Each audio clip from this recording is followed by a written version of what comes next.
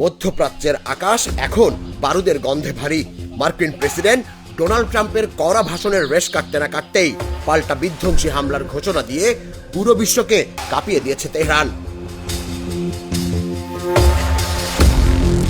শুক্রবার আল জাজিরার এক প্রতিবেদনে জানানো হয়, ইরানের Islamic Revolutionary Guard Corps IRGC ইসরায়েলের সামরিক হৃৎপিণ্ড তেল আবিব ও ইলাত অঞ্চলে একের পর এক ক্ষেপণাস্ত্র চালিয়েছে। ইসরায়েলি প্রতিরক্ষা বাহিনী আকাশ প্রতিরক্ষা ব্যবস্থা সক্রিয় করার দাবি করলেও ইরান বলছে ক্ষতি যা হওয়ার তা হয়ে গেছে। তবে এই যুদ্ধের ময়দানে কেবল ক্ষেপণাস্ত্র নয়, চলছে এক অভাবনীয় মনস্তাত্ত্বিক লড়াই। বুধবার সামাজিক মাধ্যম এক্সে মার্কিন জনগণের উদ্দেশ্যে একটি খোলা চিঠি লিখেছেন ইরানি প্রেসিডেন্ট মাসুদ পেজেশকিয়ান।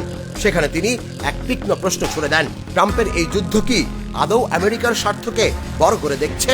পেজেশকিয়ান দাবি করেন, আধুনিক ইতিহাসে ইরান কখনোই কোনো যুদ্ধের সূচনা করেনি, বরং মার্কিন সামরিক ঘাঁটিগুলোই আজ মধ্যপ্রাচ্যের শান্তির পথে প্রধান অন্তরায়। প্রতিদিনের ড্রোন ও ক্ষেপণাস্ত্র হামলাকে তিনি বৈধ আত্মরক্ষা হিসেবে অভিহিত করেন। বিশ্লেষকরা বলছেন, একদিকে ট্রাম্পের সামরিক গর্জন আর অন্যদিকে পেজেশকিয়ানের কূটনৈতিক চাল, এই দুয়ের মাঝে পিষ্ট হচ্ছে সাধারণ মানুষ। ইসরায়েলি ভূখণ্ডে বৃষ্টির মতো পড়তে থাকা ক্ষেপণাস্ত্র